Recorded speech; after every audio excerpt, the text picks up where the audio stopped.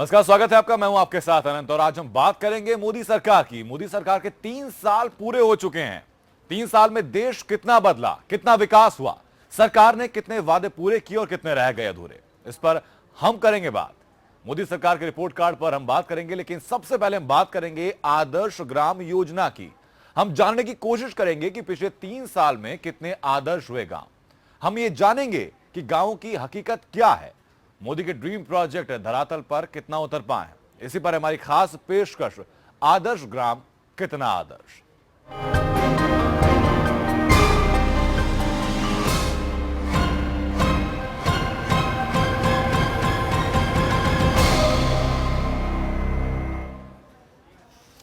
मोदी सरकार के 3 साल बीत गए हैं। सरकार बनते ही प्रधानमंत्री ने वादों की झड़ी लगाई थी।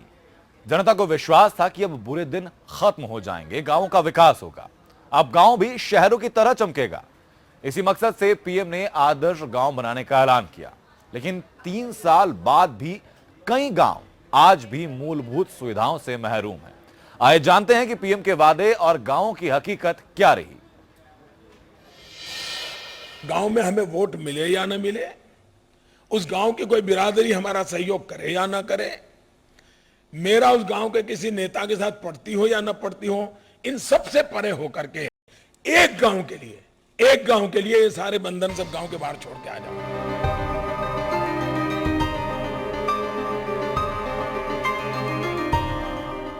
मोदी सरकार के 3 साल हो चुके हैं। सरकार कहती है कि गांव का विकास होगा तभी देश का विकास होगा। 16 मई को देश की जनता ने नरेंद्र मोदी को सत्ता सौंपी, इस उम्मीद से कि अब देश की तकदीर और तस्वीर बदलेगी। 26 मई को प्रधानमंत्री ने शपथ ली थी और उसके बाद ये नारे लगने लगे कि अच्छे दिन आएंगे। साल बीतते गए और जनता इंतजार करती रही कि अब अच्छे दिन आएंगे। 60% से ज्यादा लोग गांव में रहते हैं। किसी भी सरकार को बनाने में उनकी महत्वपूर्ण भूमिका रहती है। लोगों ने कमजोर कांग्रेस को नकार कर जनता ने बीजेपी के एक मजबूत कंधे वाले नरेंद्र मोदी को प्रधानमंत्री बनाया, पूर्ण बहुमत दिया ताकि विकास के राह में कोई रोड़े ना आ सके। कई सालों बाद देश में पूर्ण बहुमत की सरकार बनी और जनता ये सोचती रही कि पूर्ण बहुमत दिया है तो पूर्ण विकास होगा। सरकार बनते ही प्रधानमंत्री ने 15 अगस्त 2014 को अपने पहले भाषण में लाल किले की प्राचीर से ऐलान किया था कि अब गांव का पूर्ण विकास होगा। शहर की तरह अब गांव भी आदर्श होंगे। संसद के नाम से एक योजना घोषित करता हूं, संसद आदर्श ग्राम योजना, और कुछ पैरामीटर तय हो, वहां की स्थल काल परिस्थिति के अनुसार, वहां की शिक्षा, वहां का स्वास्थ्य, वहां की सफाई, वहां के गांव का माहौल, गांव में ग्रीनरी, गांव का मेलजोल, कई पैरामीटर अपन तय करेंगे। हर सांसदों को हर साल एक गांव को आदर्श बनाना होगा, यानी 2016 तक हर सांसद को पहला गांव आदर्श बनाना था, यानी 2019 तक हर सांसद को 5 गांव आदर्श बनाने होंगे। ये सपने दिखाए गए कि 10 साल में 6433 गांव आदर्श हो जाएंगे। लोकसभा और राज्यसभा के सांसदों को मिला दिया जाए तो करीब 790 सांसद हैं, यानी 3 साल में 2300 से ज्यादा गांव आदर्श हो जाते। लेकिन हकीकत इससे काफी दूर है। एपीएन ने कई गांव का जायजा लिया तो आदर्श गांव के अधूरे सच से सामना हुआ। कई सांसदों ने तो गोद लिए गांव का कुछ भी विकास नहीं किया। कुछ सांसदों ने अच्छा काम किया, कुछ ने आधे अधूरे विकसित गांव को आदर्श गांव बना दिया। क्या है आदर्श गांव की हकीकत, जानते हैं गांव में रहने वाले लोगों से। यहाँ पर तमाम जन जागरण अभियान चला करके यहाँ के लोगों को जागरूक किया गया, चाहे योग संबंधी हो, चाहे स्वास्थ्य संबंधी हो। पहले हमारे गांव में कुछ भी नहीं था, लेकिन जब से नरेंद्र मोदी जी यहाँ से गोद लिए हैं, समझिए रोड तो बन रहा है, टावर लग गया, bank 2 syndicate bank, state bank हो गया 3, और इथुआ बन गया है, पोस्ट ऑफिस बन गया है। गाँव में कभी आएंगे, सारे रोड है टूटे हुए है, बाकी सड़कें के बनने के लिए आएगी। गाँव की जो बताया उन्होंने कि हम जल्दी बनवाएंगे उसको, और भी अभी तक कुछ नहीं कराया। गाँव में कमी कहा जाए, देखो रोड पे कोई समस्या है, कह रहे हैं रोड बनने के लिए, कह रहे हैं कब से 2-3 साल हो जा रहे हैं। आपने सुना कि आदर्श गांव कितना आदर्श हुआ, माननीय अपने वादों पर कितने खरे उतरे। अब सवाल उठता है कि क्या ऐसे होते हैं आदर्श गांव? क्या पीएम की ये योजनाओं को सांसद और अधिकारी नियमितः मान रहे हैं? क्या मोदी के सपने को सांसद साकार कर रहे हैं? ऐसे कई सवालों का जवाब ढूंढने की कोशिश की एपीएन की टीम ने। हम आगे बताएंगे कि खुद प्रधानमंत्री का आदर्श गांव कितना आदर्श है। बने रहिए। और सबसे पहले हम बात करते हैं प्रधानमंत्री मोदी के संसदीय क्षेत्र वाराणसी की, मोदी के आदर्श गांव की। अब आपको सीधे ले चलते हैं जयापुर और नागेपुर गांव, जिसे प्रधानमंत्री ने खुद गोद लिया था। जयपुर का तो विकास की हो ही गया, लेकिन नागेपुर के कायाकल्प अभी तक नहीं हो पाया। एपीएन इन दोनों गांवों की हकीकत जानने की कोशिश कर रहा है। अब भी देखिए मोदी के आदर्श गांव का सच।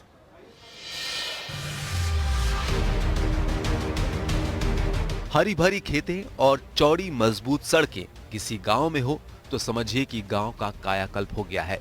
वाराणसी के जयपुर गांव की तस्वीर भी विकास की कहानी बयां कर रही है। गांव को 2014 में प्रधानमंत्री मोदी ने आदर्श ग्राम योजना के तहत गोद लिया था। अब गांव में बुनियादी सुविधाएं मौजूद हैं। करीब 1.5 दर्जन से भी ज्यादा सरकारी विकास योजनाओं को अंजाम दिया जा रहा है।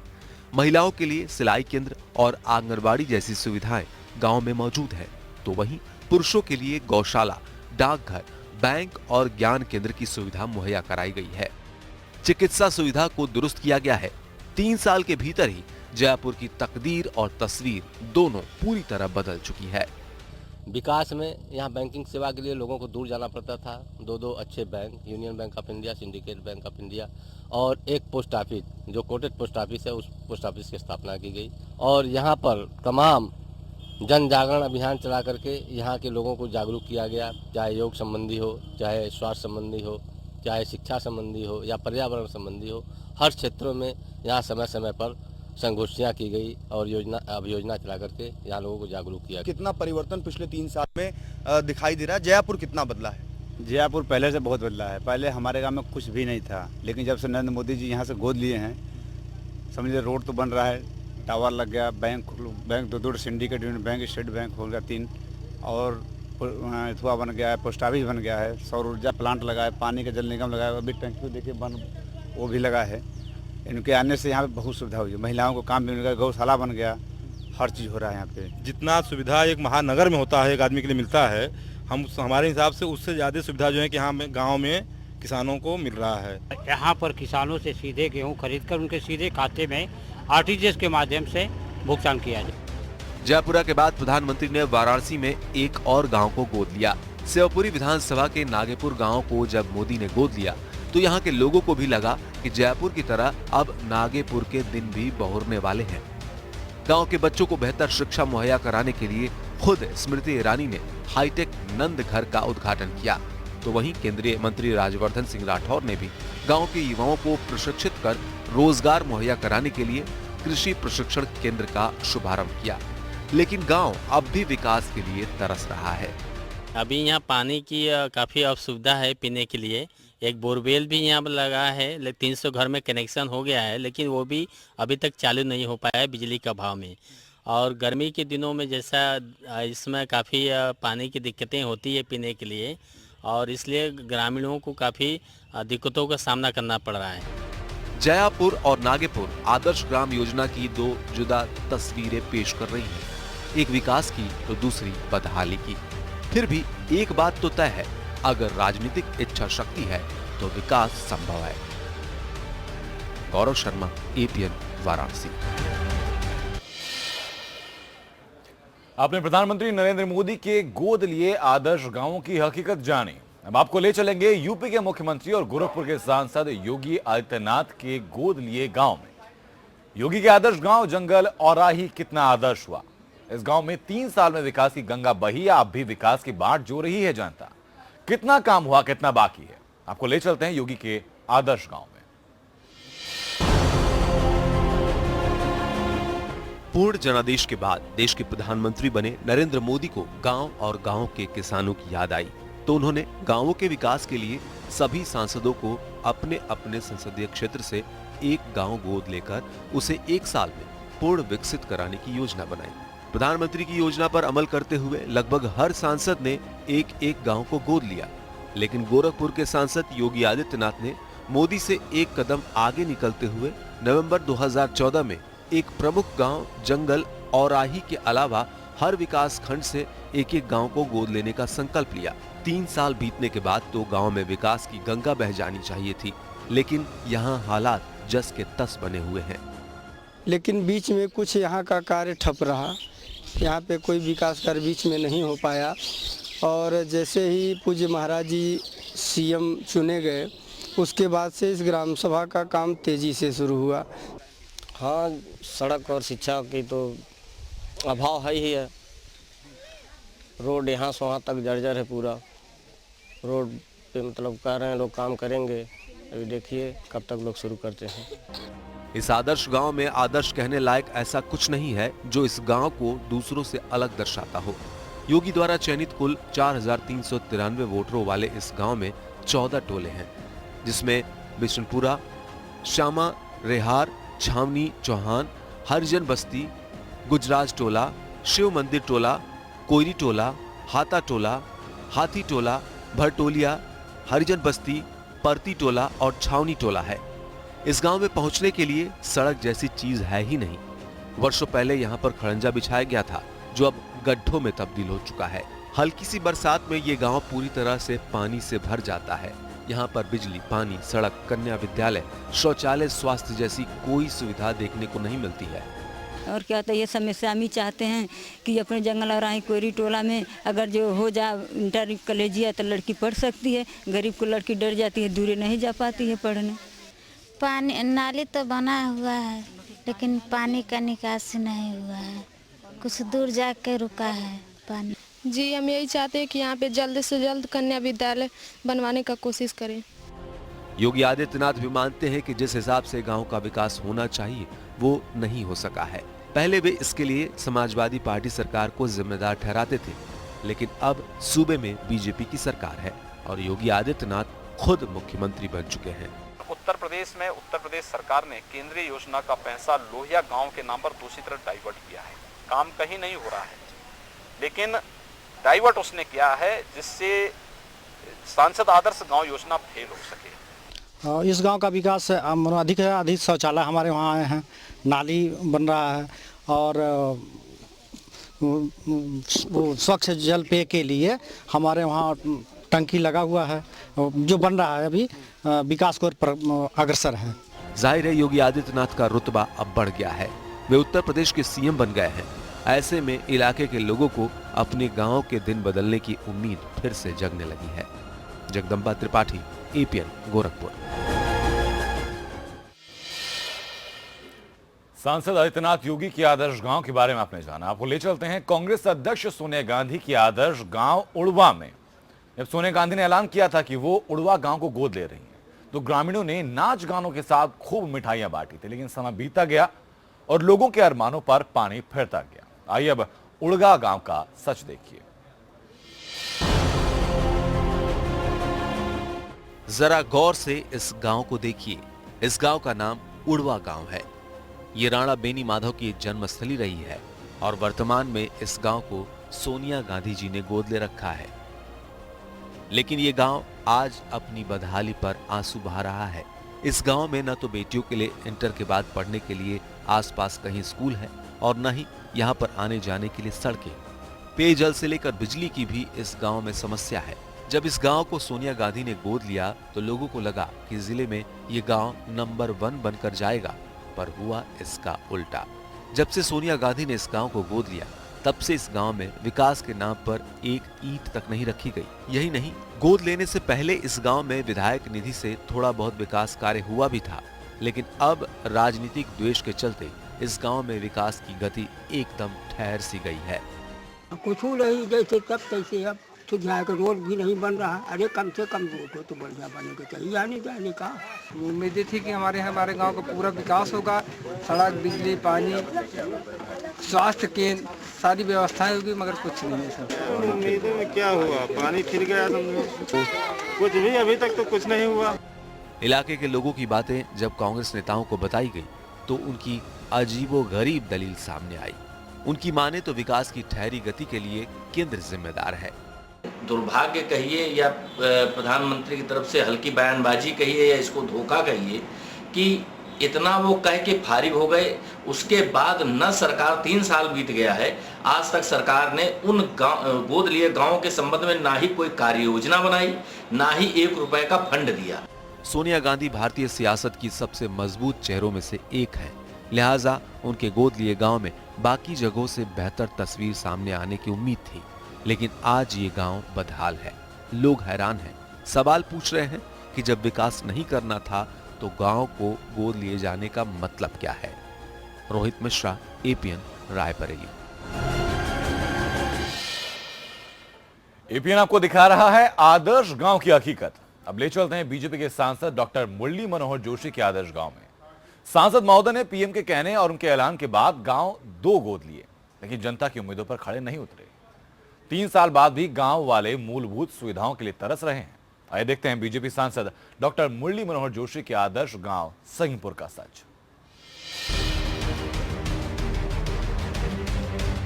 ये तस्वीरें हैं बिठूर क्षेत्र के सिंहपुर गांव की। वैसे तो ये गांव कानपुर देहात से बीजेपी सांसद देवेंद्र सिंह भोले के संसदीय क्षेत्र में आता है, लेकिन प्रधानमंत्री नरेंद्र मोदी के आदेश के बाद कानपुर से सांसद डॉक्टर मुरली मनोहर जोशी ने इस गांव को गोद लिया और ग्रामीणों से मिलकर उनकी समस्या के बारे में सुना। सिंहपुर गांव के ग्रामीणों ने सांसद महोदय से अपनी कई समस्याएं बताई, जिसमें अहम समस्या थी जल भराव की। ग्रामीणों का आरोप है कि सांसद महोदय ने समस्याओं के समाधान का वादा किया था, लेकिन उसके बाद इस गांव को भूल से गए। गांव की समस्या कितनी, गांव के अंदर गंदगी पड़ी है, समस्या पानी की कोई भी सुविधा नहीं है, पानी निकलने का कोई भी रास्ता ही नहीं बनाया गया। उसी प्रकार है, लेकिन बस इतना है कि उन्होंने पानी की टंकी बनवा दी है। फिलहाल अभी गांव में पाइप नहीं पड़े हैं। गांव की समस्या वैसी की वैसी है। सिंहपुर गांव में रहने वाली वृद्ध महिला तारावती से जब बात की तो उनका गुस्सा फूट पड़ा। तारावती ने बताया कि वृद्धा पेंशन के लिए फॉर्म भरकर जमा करवाया जाता है, लेकिन उसे फाड़ कर फेंक दिया जाता है। पेंशन मिलती है ना, कुछ नहीं मिला थी, कुछ नहीं। फॉर्म भरे, हमारे नोच के सब फेंक देते, हमको नहीं मिला थी। यहाँ पर 2-3 बार आए, लेकिन रोडे पर आए, बाकी तो आए नहीं। अक्टूबर 2014 में प्रधानमंत्री नरेंद्र मोदी ने ग्राम विकास योजना के तहत ये योजना शुरू की थी। तब डॉक्टर जोशी ने सिंहपुर गांव को गोद लेकर इसके विकास की बात कही थी, लेकिन गांव की हालत में अभी तक रत्ती भर का भी सुधार नहीं हुआ। समस्याएं रखी थी, आज तक कुछ भी नहीं किया, 1 पैसे काम नहीं किया। और हमारे पंचायत का पैसा ग्राम पंचायत में लगाया गया और कुछ भी नहीं किया, और नाम उनका हो गया, बोर्ड उनका लग गया और पैसा हमारा लगा। सिंहपुर गांव आज भी अपनी बदहाली पर रोने को मजबूर है। गांव को गोद लिए जाने के बाद इसकी एक भी समस्या दूर नहीं हो पाई है। लोग अब सांसद मुरली मनोहर जोशी से सवाल पूछ रहे हैं कि जब कुछ करना ही नहीं था तो फिर बेवजह विकास के झूठे सपने क्यों दिखाए गए। जोशी जी गांव में मात्र 2 बार ही आए और ग्रामीणों से मिल करके चले गए। हालांकि उन्होंने आश्वासन तो जरूर दिया था कि गांव की जो समस्याएं हैं उसको दूर करेंगे, लेकिन जोशी जी समस्याओं को दूर करने की बजाय गांव वालों से ही काफी दूर हो गए। Shiva Sharma, APN news, Kanpur. बापू के ग्राम स्वराज की कल्पना को जमीन पर उतारने के मकसद से प्रधानमंत्री ने सांसद आदर्श ग्राम योजना की शुरुआत की। सांसदों को अपने क्षेत्र के एक गांव को गोद लेना था। ऐसे में कुशीनगर में बीजेपी सांसद राजेश पांडे द्वारा गोद लिए गए गांव गोपालगढ़ की पड़ताल हमारे एपीएन की टीम ने यह जानने की कोशिश की कि क्या तकरीबन 3 सालों में गोपालगढ़ में आदर्श ग्राम की परिकल्पना जमीन पर उतर पाई है क्या। ये रिपोर्ट देखिए।